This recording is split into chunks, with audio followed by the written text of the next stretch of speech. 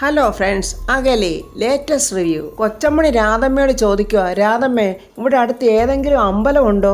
ഇവിടെ അടുത്തുള്ള അമ്പലം എന്ന് വെച്ചാൽ അത് പോണാട്ടുകാവാണ്. അവിടെ പോയി എനിക്കൊന്ന് ഭജന ഇരിക്കണം. അയ്യോ, അവിടെ ഭജന ഇരിക്കാനൊന്നും പറ്റില്ല. അതിന് വല്ല ചോറ്റാനിക്കരയിലോ എങ്ങാനും പോകണം. അത് കേട്ടിട്ട് വേണുവേട്ടൻ ചോദിക്കുക, അല്ല, ഈ മീൻ ഇറച്ചിയൊക്കെ കഴിക്കുന്ന നിങ്ങളെങ്ങനെ ഭജന ഇരിക്കാൻ പോകുന്നത്? കൊച്ചമ്മണി പറയാ, മീൻ ഇറച്ചി അതൊക്കെ പോകാൻ പറ, ഞാനതൊക്കെ എപ്പോഴേ വിട്ട്. കൊച്ചമ്മണി അങ്ങനെ പറഞ്ഞത് വിശ്വസിക്കാനാകാതെ എല്ലാവരും ഇങ്ങനെ അങ്ങോട്ടും ഇങ്ങോട്ടും നോക്കുവാണ്. അപ്പോൾ കൊച്ചമ്മണി പറയുക, ഞാനിനി അമ്പലത്തിൽ നിന്ന് കിട്ടുന്ന പടച്ചോറ് മാത്രമേ കഴിക്കത്തുള്ളൂ. പടച്ചോറും പച്ചമുളകും കല്ലുപ്പൂട്ടും ഞെരടി മോര് ഒഴിച്ചും കഴിക്കണം. ദൈവമേ, മീൻ ഇറച്ചിയില്ലാതെ ഭക്ഷണം കഴിക്കാത്ത ഈ തള്ളയാണോ എന്തൊക്കെയായി പറയുന്നത് എന്ന് വിശ്വസിക്കാതെ വേണുവേട്ടൻ ഇങ്ങനെ നോക്കി നിൽക്കുവാണ്.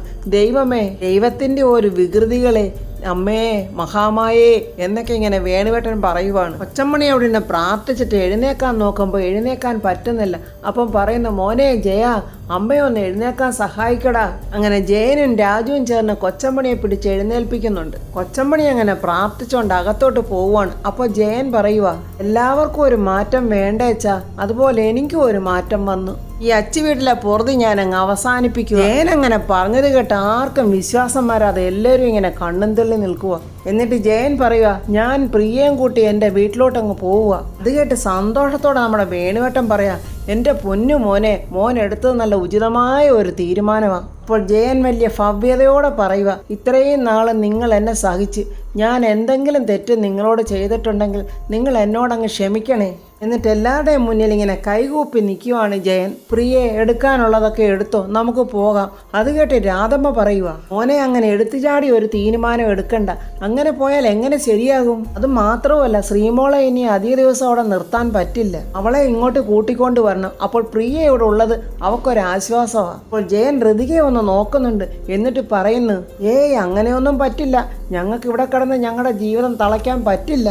നിന്നോട് ഞാനാ പറഞ്ഞത് പോയി റെഡിയാകാനെന്ന്. വിശ്വസിക്കാനാകാതെ രാധമ്മ വീണ്ടും പറയാ, മോനെ ജയ, നീ എന്തുവായി പറയുന്നത്? ജയൻ അങ്ങനെ പ്രിയയെ വിളിച്ചോണ്ട് പോകാൻ ഒരുങ്ങുവാണെന്ന് മനസ്സിലായപ്പോൾ രാജുവിനും വല്ലാത്ത വിഷമമായി. അളിയ എന്തൊക്കെ ഈ പറയുന്നത്? അളിയ, കാര്യം നമ്മൾ തമ്മിൽ സൗന്ദര്യ പിണക്കങ്ങളൊക്കെ ഉണ്ടായിട്ടുണ്ട്.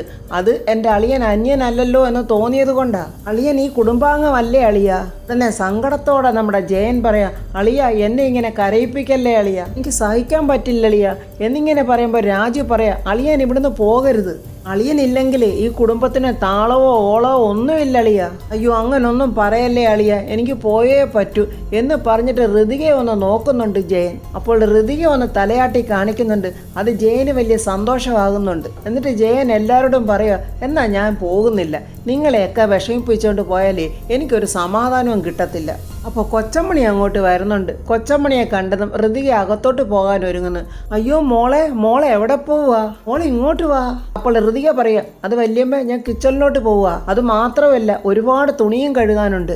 ഇത്രയും ദിവസം അധികാരത്തോട് പറഞ്ഞുകൊണ്ടിരുന്ന കൊച്ചമ്മണി പെട്ടെന്ന്, അയ്യോ വേണ്ട മോൾ അതൊന്നും ചെയ്യണ്ട, അതെല്ലാം ഇനി ഞാൻ ചെയ്തോളാം. പാത്രം കഴുകലും അടിച്ചുവാരലും തുണി കഴുകലും ഇതൊക്കെ എനിക്ക് പറഞ്ഞിട്ടുള്ള പണികളാണ്. അതുകൊണ്ടേ മോൾ ഇനി അതൊന്നും ചെയ്യണ്ട. അത് കേട്ടിട്ട് ഋതിക പറയാ, അത് വേണ്ട വല്യമ്മേ, അതൊക്കെ എനിക്ക് ചെയ്യാനുള്ള ജോലികളേ ഉള്ളൂ. അതുകൊണ്ട് ഞാൻ തന്നെ ചെയ്തോളാം, എനിക്ക് ആരുടെ ഹെൽപ്പും വേണ്ട എന്ന് പറഞ്ഞിട്ട് ഋതിക അങ്ങ് അകത്തോട്ട് പോവുകയാണ്. നമ്മുടെ വേണുവേട്ടന് വീണ്ടും സംശയം, ഇത് സത്യമാണോ ഈ കാണിക്കുന്നതൊക്കെ കൊച്ചമ്മണി? ദൈവമേ, ഈ അവതാരത്തിന്റെ സ്വഭാവം മാറ്റി തന്നതിന് ഒരുപാട് നന്ദി. രാധമ്മ അടുക്കളയിൽ പച്ചക്കറികളൊക്കെ അരിഞ്ഞുകൊണ്ട് നിൽക്കുക. അപ്പൊ പ്രിയ അങ്ങോട്ട് വന്നിട്ട് ചോദിക്കുന്നു, അമ്മേ, ഞാൻ എന്താ ഇവിടെ ചെയ്യേണ്ടത്? രാധമ്മ പെട്ടെന്ന് ദേഷ്യം അഭിനയിച്ചോണ്ട് പറയാ, നീ ഒന്നും ഇവിടെ ചെയ്യണ്ട, വേറൊരുത്തി ഉണ്ടല്ലോ ഇവിടെ, അവളെന്തിയേ? കോലോത്ത മഹാറാണി, അവള് വന്ന് വേണ്ടത് എന്താന്ന് വെച്ചാൽ ചെയ്യട്ടെ. പ്രിയ ഒന്ന് ഞെരുങ്ങിയും മൂളിയും പറയുവാണ്, അത് അമ്മ ഋതിയെ അടുക്കളയിൽ കയറ്റത്തില്ലല്ലോ, ആയിരിക്കും ആ കൊച്ചിങ്ങോട്ട് വരാത്തത്. അമ്മ എത്ര വഴക്കിട്ടാലും അവൾക്ക് അമ്മയോടൊപ്പം നിന്ന് ജോലി ചെയ്യാൻ വലിയ ഇഷ്ടമാണ്. രാധമ്മ ഉടനെ പറയാ, എന്നാലേ എനിക്ക് അവളെ അത്ര വലിയ ഇഷ്ടമൊന്നും അല്ല.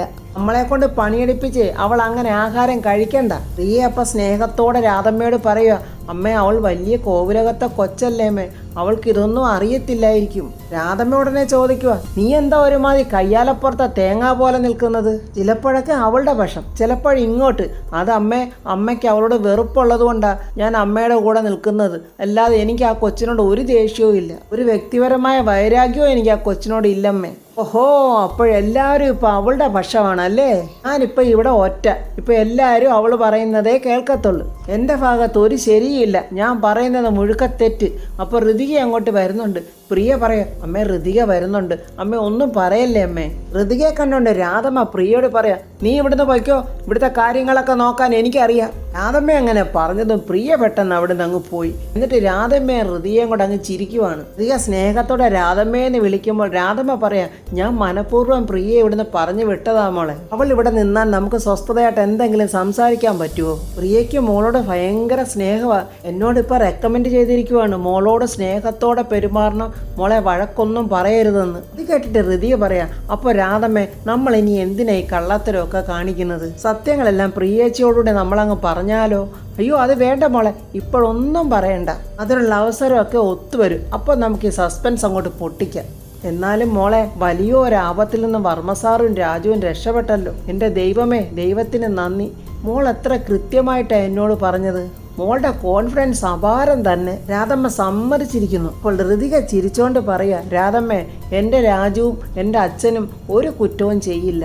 അങ്ങനെ തെറ്റ് ചെയ്യാത്തവരെ ആര് കുരുക്കാൻ ശ്രമിച്ചാലും ദൈവം അത് സമ്മതിക്കത്തില്ല. അങ്ങനെ അവർ സന്തോഷത്തോടെ സംസാരിക്കുവാണ്. അപ്പോൾ രാധമ്മ പറയുന്നുണ്ട്, മോളെ ഇത് സാമ്പാറിനുള്ളതാ, മോൾ ഇതൊന്ന് അരിഞ്ഞെടുത്തേ എന്ന് പറയുമ്പോൾ ശരി രാധമ്മേ എന്ന് പറഞ്ഞുകൊണ്ട് ഋതിക അത് വാങ്ങിച്ച് അരിയുന്നുണ്ട്. രാധമ്മയ്ക്ക് മനസ്സിലൊരു സംശയമുണ്ട്, രാജുവിനെയും വർമ്മസാറിനെയും രക്ഷിച്ചത് ഋതിക തന്നെയാണോ? പക്ഷെ ആ സംശയം എങ്ങനെ ചോദിക്കും?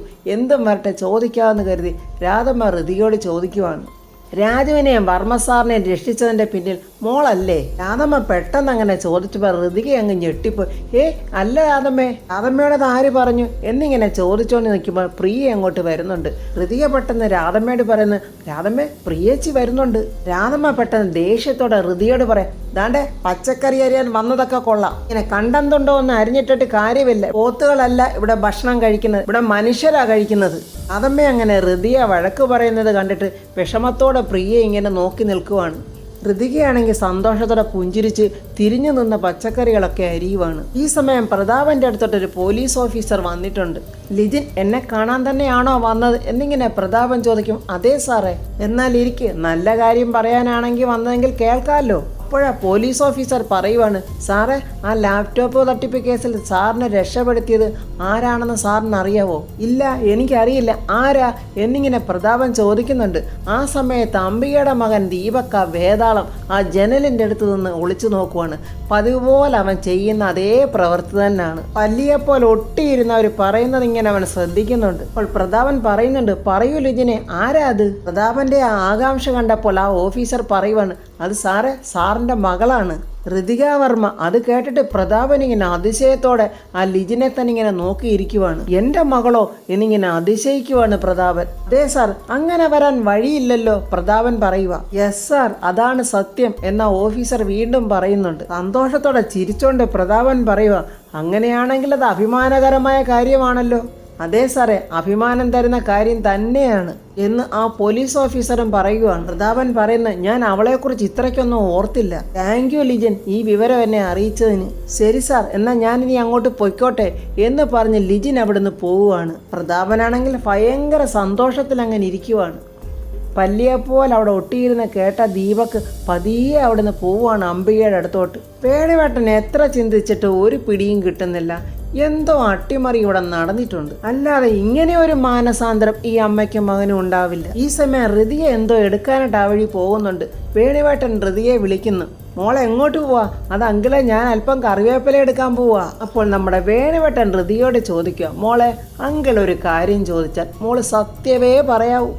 അങ്കിള് ചോദിച്ചോ, ഞാൻ അങ്കിളിനോട് ഒരു കള്ളവും പറയില്ലല്ലോ, സത്യം മാത്രമല്ല ഞാൻ അങ്കിളിനോട് പറയത്തുള്ളൂ. ഈ ജയന്റെയും അവൻ്റെ അമ്മയുടെയും ഈ മാറ്റത്തിൻ്റെ പിന്നിലുള്ള അണിയറ ശില്പി മോളല്ലേ? ഋതിക ഇങ്ങനെ മനസ്സിൽ പറയാം, ഈ കാര്യത്തിൽ അങ്കിളിനോട് നുണ പറഞ്ഞേ പറ്റൂ. അതുകൊണ്ട് നുണ തന്നെ പറയാം. അല്ലെങ്കിലേ ഞാനെങ്ങും അല്ല, എനിക്കൊന്നും അറിയില്ല എന്ന് പറഞ്ഞിട്ട് ഋതിക അവിടെ നിന്ന് അങ്ങ് പോവുകയാണ്. അപ്പോൾ വേണുവേട്ടൻ പറയുന്നുണ്ട് മനസ്സിൽ, ഇത് നുണ തന്നെയാണ് ഋതിക മോള് പറഞ്ഞത്. അപ്പോൾ പ്രിയ അച്ഛാ അച്ഛാന്ന് വിളിച്ചുകൊണ്ട് അങ്ങോട്ട് വരുവാണ്. എന്താ മോളെ എന്ന് ചോദിക്കുമ്പോൾ അച്ഛൻ ഇങ്ങോട്ടൊന്ന് വന്നേ എന്നും പറഞ്ഞ് പ്രിയ വേണുവേട്ടൻ്റെ കൈക്ക് പിടിച്ച് വലിച്ചുകൊണ്ട് പോവുകയാണ്. എന്താ കൊച്ചെ നീ എന്തോ ആയി കാണിക്കുന്നത് എന്ന് പറയുമ്പോൾ നോക്കുമ്പോൾ ജയൻ നിന്ന് വിറക് കീറുവാണ്. അച്ഛാ അതേ കണ്ടോ, അങ്ങോട്ട് നോക്കച്ചാ. വേണുവേട്ടൻ നോക്കുമ്പം വേണ്ട ജയൻ നിന്ന് വിറക് കീറുന്നു. അത് കണ്ട് വേണുവേട്ടൻ്റെ കണ്ണ് യഥാർത്ഥത്തിൽ അങ്ങ് തള്ളിപ്പോയി. അവൻ വിറക് കീറുകയല്ലേ പ്രിയെ എന്നിങ്ങനെ വേണുവേട്ടൻ ചോദിക്കുക. അച്ഛനത് കണ്ടിട്ട് അച്ഛന് ഒന്നും തോന്നുന്നില്ലേ? എനിക്ക് എന്ത് തോന്നാനാ പ്രിയെ, ഒരാൾ വിറക് കീറുന്നതിനകത്ത് ഇത്ര വലിയ അത്ഭുതം എന്തുവാ? അപ്പോൾ പ്രിയയ്ക്ക് ദേഷ്യം വരും. അത് കൊള്ളാലോ, അച്ഛൻ്റെ മനസ്സിൽ ഇതൊക്കെയാണല്ലേ, അതിനുവേണ്ടിയാണ് എൻ്റെ ഭർത്താവിനെ ഇവിടെ പിടിച്ചു നിർത്തിയിരിക്കുന്നത്. നിങ്ങൾക്കൊക്കെ വെള്ളം കോരാനും വിറക് വെട്ടാനും ഒക്കെയാണല്ലേ എന്നും പറഞ്ഞ് പ്രിയ ചൂടാവുകയാണ്. എടീ പ്രിയെ, അതിന് നിന്റെ ഭർത്താവിനോട് ഞാൻ അവൻ്റെ വീട്ടിൽ പോകണ്ടെന്ന് പറഞ്ഞിട്ടില്ലല്ലോ. ഇവൻ ഭാര്യയോടും കുടുംബത്തിനോടും യാതൊരു ഉത്തരവാദിത്വവും കാണിക്കാതെ അമ്പലക്കാളെ പോലെ അലഞ്ഞു തിരിഞ്ഞ് നടക്കുമെന്ന് രാജുവിനറിയാം. അപ്പോൾ ജയൻ മനസ്സിൽ പറയുക, ഈ കോടാലി വെച്ച് ഇങ്ങേർക്കൊന്ന് കൊടുത്താലോ. രാജുവിനെ നിന്നോടുള്ള സ്നേഹം കൊണ്ടാ പോകണ്ടെന്ന് പറഞ്ഞത്. എന്നാലേ എൻ്റെ ഭർത്താവിനെ കൊണ്ട് ഇങ്ങനെ പണി ചെയ്യിപ്പിക്കാനൊന്നും ഞാൻ സമ്മതിക്കത്തില്ല. അത് കേട്ട് നമ്മുടെ വേണുവേട്ടൻ പറയാം, ബെസ്റ്റ്, നല്ല തങ്കപ്പെട്ട ഭാര്യ, ഭർത്താവ് ഒരു ജോലിയും ചെയ്യാതെ ഇങ്ങനെ ഇരുന്നാൽ മതി. അപ്പോൾ പ്രിയ ചോദിക്കുക, ഇതാണോ അതിന് ജോലി? അപ്പോഴതിന് പ്രിയ, കളക്ടർ ജോലിയൊന്നും അല്ലല്ലോ നിന്റെ ഭർത്താവിന്, മറ്റൊരു ജോലിയായിട്ട് അറിയത്തുമില്ല, പിന്നെ അറിയാവുന്ന ഒന്നേ ഒന്നുള്ളൂ, ഉഡായിപ്പ് ജോലി. അത് കേട്ട് പ്രിയ അച്ഛാ എന്നിങ്ങനെ വിളിക്കുമ്പോൾ വേണുവേട്ടൻ പറയുക, എടി അവൻ മേലനങ്ങി പണി ചെയ്യട്ടെടി, യാതൊരു എക്സസൈസ് പോലും ചെയ്യത്തില്ല. ഇങ്ങനെ മേലനങ്ങാതിരുന്നാലേ കൊളസ്ട്രോളും ഷുഗറും ഒക്കെ പിടികൂടും. അതുകൊണ്ട് അവൻ ജോലി ചെയ്യട്ടെടി. അത് പറ്റില്ല, എൻ്റെ കുഞ്ഞിൻ്റെ അച്ഛനാ ജയേട്ടൻ, ഇങ്ങനെ വിറകീറാനൊന്നും ഞാൻ സമ്മതിക്കത്തില്ല. ജയേട്ടാ നിർത്താനല്ലേ പറഞ്ഞത്? വേണ്ട പ്രിയ, ഞാനൊരു ലേശം വിറകൊന്ന് കീറിക്കോട്ടെ, അങ്ങനെങ്കിലും നിൻ്റെ തന്തയ്ക്കൊരു സന്തോഷമാകട്ടെ. മതി ചെയ്തത്, ജയേട്ടൻ ഇങ്ങോട്ട് വന്നേ എന്നും പറഞ്ഞ് പ്രിയ ജയനെയും പിടിച്ചോണ്ട് പോവുകയാണ്. എന്താടി പ്രിയ, എന്തിനാടി അവനെ പിടിച്ചോണ്ട് പോകുന്നത് എന്നും പറഞ്ഞ് വേണുവേട്ടനും പുറകെ പോകുന്നുണ്ട്. പെട്ടെന്ന് പ്രിയ അകത്തോട്ട് പോയി കുറച്ച് വെള്ളം എടുത്തോണ്ട് വന്ന് ജയന് കൊടുത്തിട്ട് പറയുന്നു, ജയേട്ടാ ഈ വെള്ളം അങ്ങോട്ട് കുടിച്ചേ. വേണുവേട്ടനാണെങ്കിൽ അത് കണ്ടിട്ട് ദേഷ്യം വരും. എടി നീ അവനെ കൊണ്ടുപോയി ആട്ടുതൊട്ടിൽ കൊണ്ടിട്ടെന്ന് ആട്ടടി, അല്ലെങ്കിൽ ആ എണ്ണത്തോണിയിൽ കൊണ്ടുപോയി കിടത്ത്, നീ ഒരുത്തിയാണ് ഇവനെ വഷളാക്കുന്നത്. അപ്പോൾ രാജു അങ്ങോട്ട് വന്നിട്ട് ചോദിക്കും, എന്താ ഇവിടെ പ്രശ്നം? വേണുവേട്ടൻ പറയാം, എടാ ജയൻ കുറച്ച് വിറക് കീറി, അത് നിന്റെ പെങ്ങളായ ഇവക്ക് ഇഷ്ടപ്പെട്ടില്ല, നീ ഇവനോട് പോകണ്ടെന്ന് പറഞ്ഞത് ഇവനെ ഇവിടെ നിർത്തി വിറക് കീറിക്കാനാണെന്ന്. അതുകൊണ്ട് നീ പറ, ഇവനെ ഇവിടെ നിർത്തി ഇവൻ്റെ നടുവൊടിക്കാനായിരുന്നോ? രാജു പറയാം, അയ്യോ ഞാൻ അങ്ങനെയൊന്നും ഒരിക്കലും ഉദ്ദേശിച്ചിട്ടേ ഇല്ല, അളിയനെ ഞാൻ അന്യനായിട്ട് കണ്ടിട്ടില്ല, അതുകൊണ്ടാണ് ഞാൻ അങ്ങനെ പറഞ്ഞത്. പ്രിയ പറയാ, ജയേട്ടൻ ഭാര്യ വീട്ടിൽ കിടന്ന് വിറക് കീറുന്നത് ആരെങ്കിലും കണ്ട നാട്ടുകാരെന്ത് പറയും? എത്ര മോശമായിട്ടായിരിക്കും അവർ സംസാരിക്കുന്നത്. അപ്പോൾ വേണുവേട്ടൻ പറയാ, എടി നീ ആദ്യം ഈ കോംപ്ലക്സ് അങ്ങോട്ട് കള, ഭാര്യ വീട് ഭർത്താവ് വീട് അങ്ങനെ ഒന്നൊന്നില്ല, ഇത് നമ്മുടെ വീടാണെന്ന് എല്ലാവരും അങ്ങ് കരുതിയാൽ മതി. അപ്പോൾ പ്രശ്നം തീർന്നില്ലേ? രാജു ചോദിക്കുക, ചേച്ചി അളിയനോട് ഇവിടെ വിറക് കീറാൻ ആരെങ്കിലും പറഞ്ഞോ? അയ്യോ ആരും പറഞ്ഞില്ല അളിയ എന്നിങ്ങനെ ജയൻ പറയുന്നുണ്ട്. അളിയൻ്റെ സ്വന്തം ഇഷ്ടത്തോടു കൂടിയാണ് ഇതൊക്കെ ചെയ്തത്. ചേച്ചിക്ക് ഇഷ്ടപ്പെട്ടില്ലെങ്കിൽ അളിയൻ ഇനി മുതൽ വിറക് കീറണ്ട. ഇപ്പം പ്രശ്നം തീർന്നില്ലേ? ജയൻ അകത്തോട്ട് നോക്കുമ്പോൾ ഋതിക ഇങ്ങനെ നോക്കി നിൽക്കുന്നുണ്ട്. ജയൻ പെട്ടെന്ന് ഭയത്തോടി ചാടി എഴുന്നേറ്റിട്ട് പറയാം, ഞാനേ ഈ കുടുംബത്തിലെ ഒരു അംഗമാണ്, എനിക്ക് ഈ വീട്ടിൽ ജോലി ചെയ്തേ പറ്റൂ. അങ്ങനെ ജയൻ വിറക് കീറാനായിട്ട് ഓടുവാണ്. പ്രിയയും പുറകെ ഓടുന്നുണ്ട്, ജയേട്ടാ എന്ന് വിളിച്ച്. രാജു വേണുവേട്ടനോട് ചോദിക്കുക, ഇതെന്താ ചായി കാണുന്നതൊക്കെ? ജയൻ വീണ്ടും ഋതികയെ നോക്കുന്നുണ്ട്. ഋതിക പുഞ്ചിരിച്ചുകൊണ്ട് തലയാട്ടുന്നുണ്ട്. അപ്പോൾ വീണ്ടും വിറക് കീറാനാണ് പറയുന്നതെന്ന് മനസ്സിലാക്കിയിട്ട് ജയൻ ഓടുവാണ്. ജയേട്ടാ ഓടരുത്, അവിടെ നിൽക്ക്, മാറി നിൽക്കടി അങ്ങോട്ട്. അച്ഛൻ പറയുന്ന പോലെ നീ ഒരുത്തിയാ എന്നെ വഷളാക്കുന്നത്, എന്നെ വെറും ഒരു കുഴിമടിയനാക്കി നീ മാറ്റി. അത് കണ്ട് കണ്ണു തള്ളി നിൽക്കുവാണ് അവരെല്ലാവരും. അങ്ങനെ വിറക് കീറിക്കൊണ്ട് ജയൻ പറയുക, അധ്വാനിച്ച് ജീവിക്കണം, അതാണ് അന്തസ്. ഇനി നീ എന്നെ തടയാനെങ്ങാനും വന്നാലുണ്ടല്ലോ എന്നും പറഞ്ഞ് പ്രിയോട് പറയാ, കോടാലി എൻ്റെ കയ്യിലിരിക്കുന്നത്, അത് നിനക്ക് ഓർമ്മ വേണം. ഇതൊക്കെ കണ്ടും കേട്ടും രാജുവും വേണുവേട്ടനും ചിരിക്കുവാണ്. അകത്ത് മുറിയിൽ നിന്നുകൊണ്ട് ഋതികയും ഇതെല്ലാം കണ്ട് അവിടെ നിന്ന് പുഞ്ചിരിക്കുവാണ്. വളരെ സന്തോഷത്തോടെ ആലോചിച്ചിങ്ങനെ ഇരിക്കുവാണ് ശ്രീലക്ഷ്മി. അവൾക്ക് കുടിക്കാനുള്ള പാലുമായി ഹരീഷ് അവളുടെ അടുത്തോട്ട് വരികയാണ്. പാല് വാങ്ങി വെച്ചിട്ട് ശ്രീ പറയുന്നു, ഇപ്പം വേണ്ട ഹരീഷ്, പറ്റില്ല, ഇപ്പം തന്നെ കുടിക്കണം. ഞാൻ പിന്നെ കഴിച്ചോളാം ഹരീഷേ എന്ന് പറഞ്ഞിട്ട് പറ്റില്ല, ഫുഡിൻ്റെ കാര്യമൊക്കെ ഞാൻ തീരുമാനിക്കും, നീ അതുപോലെ കഴിച്ചോണം. എന്താ ഹരീഷ എന്ന് വെച്ച് ഇങ്ങനെ എപ്പോഴും വല്ലതും കഴിച്ചുകൊണ്ടിരിക്കണോ? അതിന് എപ്പോഴും കഴിക്കണമെന്ന് ഞാൻ പറഞ്ഞില്ലല്ലോ. കഴിക്കേണ്ട സമയത്ത് കഴിക്കണം. പ്രഗ്നൻസിയായ പെൺകുട്ടികളെ അവരുടെ ഫസ്റ്റ് ഡെലിവറിക്ക് മുമ്പ് എന്തൊക്കെ കഴിക്കണമെന്ന് ഞാൻ നല്ലതുപോലെ സ്റ്റഡി ചെയ്തിട്ടാണ് പറയുന്നത്. നെറ്റിൽ കയറി ഹരീഷ് സ്റ്റഡി ചെയ്യുന്ന കാര്യമാണോ പറയുന്നത് എന്നിങ്ങനെ ശ്രീ ചോദിക്കുവാണ്. എല്ലാവരും അത് തന്നെയല്ലേ ഫോളോ ചെയ്യുന്നത്? എൻ്റെ സ്ത്രീക്ക് ഒരു കുറവും വരുത്തരുത്, ഇതെൻ്റെ നിർബന്ധമാണ്. വേണ്ടേ, എന്താഗ്രഹം തോന്നിയാലും എന്നോട് പറയണം. ഞാൻ എത്ര കഷ്ടപ്പെട്ടിട്ടായാലും ഞാനത് വാങ്ങിച്ചുകൊണ്ട് വരും. അതൊക്കെ എനിക്ക് അറിയാമല്ലോ ഹരീഷേട്ടാ. ഹരീഷ് പറയാം, ഇതൊക്കെ ഒരു ത്രില്ലുള്ള ലൈഫല്ലേ മോളെ. ഈ ലോകത്ത് നീയും ഞാനും നമ്മുടെ പ്രേമവും മാത്രം. അങ്ങനെ നോക്കുമ്പോൾ എന്ത് ഭംഗിയായി ലോകത്തിന് എന്നും പറഞ്ഞ ഹരീഷ് സ്ത്രീയെ ഇങ്ങനെ നെഞ്ചോടെ ചേർത്ത് പിടിക്കുവാണ്. അപ്പോൾ ടെൻഷനോടുകൂടി ചിന്തിച്ചുകൊണ്ടിരിക്കുന്ന അംബികയുടെ അടുത്തോടെ ദീപക് വന്ന് ചോദിക്കുന്നു, എന്താ അമ്മ ആലോചിച്ചുകൊണ്ടിരിക്കുന്നത്? ഒന്നുമില്ലടാ, ജയിച്ച് കയറിയവളാടാ ഞാൻ. ഇപ്പോൾ അടിക്കടി ഉണ്ടാകുന്ന തോൽവികൾ ഓർത്തങ്ങ് ഇരുന്നതാ. എന്നാലേ അമ്മ, ഞാനിപ്പോൾ വന്നതേ അമ്മയ്ക്ക് വിഷമമുണ്ടാക്കുന്ന ഒരു കാര്യം പറയാനാ. വല്യമ്മാവനുണ്ടല്ലോ, അയാളെ ആ കുഴിയിൽ നിന്ന് രക്ഷിച്ചതേ അവളാ, ആ ഋതിക. അംബികയെ വിശ്വസിക്കാനാവാതെ ചോദിക്കും, നീ എന്താടാ ദീപക്കെ പറഞ്ഞത്? അവളോ? അതേമ്മേ, ഞാനിപ്പോൾ അറിഞ്ഞതാ അത്. അപ്പോൾ അംബിക പറയാ, ഗ്രഹണം വന്നപ്പോൾ ഞാഞ്ഞൂലും തലപൊക്കി. അതിനിപ്പോൾ അവൾ ഞാഞ്ഞൂലൊന്നും അല്ലല്ലോ അമ്മേ, സൗത്ത് ഇന്ത്യയിലെ കോടീശ്വരന്മാരുടെ പട്ടികയിലാണ് അവളും ഇപ്പോൾ ഉള്ളത്. അവൾ സ്വത്തുക്കളുടെ തലപ്പത്തെത്തിയതേ എൻ്റെ ഒരു അശ്രദ്ധ കാരണമാ എന്നിങ്ങനെ അംബിക പറയുകയാണ്. എൻ്റെ ഒരു നോട്ടപ്പെസക്. അപ്പോൾ അംബികയുടെ ഫോണിലോട്ട് രുക്മിണിയുടെ ഫോൺ വരുന്നുണ്ട്. അംബികയ്ക്ക് ദേഷ്യം അപസകനമാണല്ലോ വിളിക്കുന്നത്. മനസ്സിലായ രുക്മിണി പറഞ്ഞോ എന്നിങ്ങനെ അംബിക പറയുന്നുണ്ട്. അംബികയോട് വാങ്ങിച്ച പണം തിരിച്ചു തരാം, അത് അധികം താമസമില്ലാതെ തരാം. അതിനെന്താ, ആയിക്കോട്ടെ. രമ്യക്കിപ്പോൾ എങ്ങനെയുണ്ട്?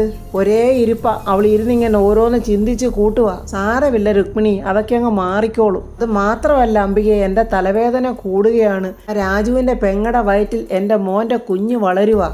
എനിക്കത് ഇഷ്ടമല്ല അംബികെ എന്നിങ്ങനെ രുക്മിണി പറയുമ്പോൾ അംബിക ചോദിക്കും, എന്ന് വെച്ചാൽ അവൻ ശ്രീലക്ഷ്മിയെ ഉപേക്ഷിക്കണം? എന്നാൽ ഇനി കൂടുതലൊന്നും ആലോചിക്കാനില്ല രുക്മിണി. ആ വളരുന്ന കുഞ്ഞിനെ അങ്ങ് ഇല്ലാതാക്കണം. അതിനെന്താ വഴി അംബികെ? അതിനാണോ വഴിയില്ലാത്തത് രുക്മിണി? അതിനല്ലേ വഴി 100 കിടക്കുന്നത്. ഗർഭിണിയായ പെൺകുട്ടികളെ കാണാനേ വീട്ടുകാർ പലഹാരമൊക്കെ കൊണ്ടുപോയി കൊടുക്കില്ലേ? അപ്പോഴേ ആ കുഞ്ഞിനെ കൊല്ലാനുള്ള കുറച്ച് പോയിസൺ ഏതെങ്കിലും ഒരു പലഹാരത്തിൽ കലർത്തി ഞാൻ കൊടുത്തേരെ. അത് കൊള്ളാമല്ലോ അംബികെ എന്നിങ്ങനെ രുക്മിണി പറയുമ്പോൾ അംബിക പറയുക, ഇത് ചെയ്യുമ്പോഴേ കായംകുളം വാളുപോലെ ഇരുതല മൂർച്ച ഉണ്ടായിരിക്കണം. രാജുവിൻ്റെ വീട്ടുകാരുടെ അശ്രദ്ധ കൊണ്ടാണ് ഹരീഷിൻ്റെ കുഞ്ഞ് പിറക്കുന്നതിന് മുമ്പ് തന്നെ മരിച്ചു പോയതെന്ന് രുക്മിണി വരുത്തി തീർക്കണം. ഇത് കൊള്ളാവല്ലോ അംബികെ എന്ന് പറയുവാണ് രുക്മിണി. അങ്ങനെ രണ്ടുപേരുടെ ചേർന്ന് വലിയ സന്തോഷത്തോടെ പ്ലാനിട്ടിങ്ങനെ നിൽക്കുവാണ്. അപ്പോൾ ഫ്രണ്ട്സ്, ഒരു തെറ്റും ചെയ്യാതെ, ഒരു പാവവും ചെയ്യാതെ ഒരു പിഞ്ചു കുഞ്ഞ് ഭൂമിയിലോട്ട് പിറക്കാൻ പോകുമ്പോൾ അതിനെ ഇങ്ങനെ ഇല്ലാതാക്കാൻ ശ്രമിക്കുമ്പോൾ ദൈവം അതിന് കൂട്ടു നിൽക്കുമോ? എന്തായിരിക്കും ഇനി അടുത്തതായിട്ട് അവർ ചെയ്യാൻ പോകുന്നത് എന്നുള്ള റിവ്യൂമായി നമുക്ക് നാളെ കാണാം. എൻ്റെ ഈ റിവ്യൂ ഇഷ്ടപ്പെട്ട ലൈക്കും കമൻസും, സബ്സ്ക്രൈബ് ചെയ്യാത്തവർ സബ്സ്ക്രൈബ് ചെയ്യണേ.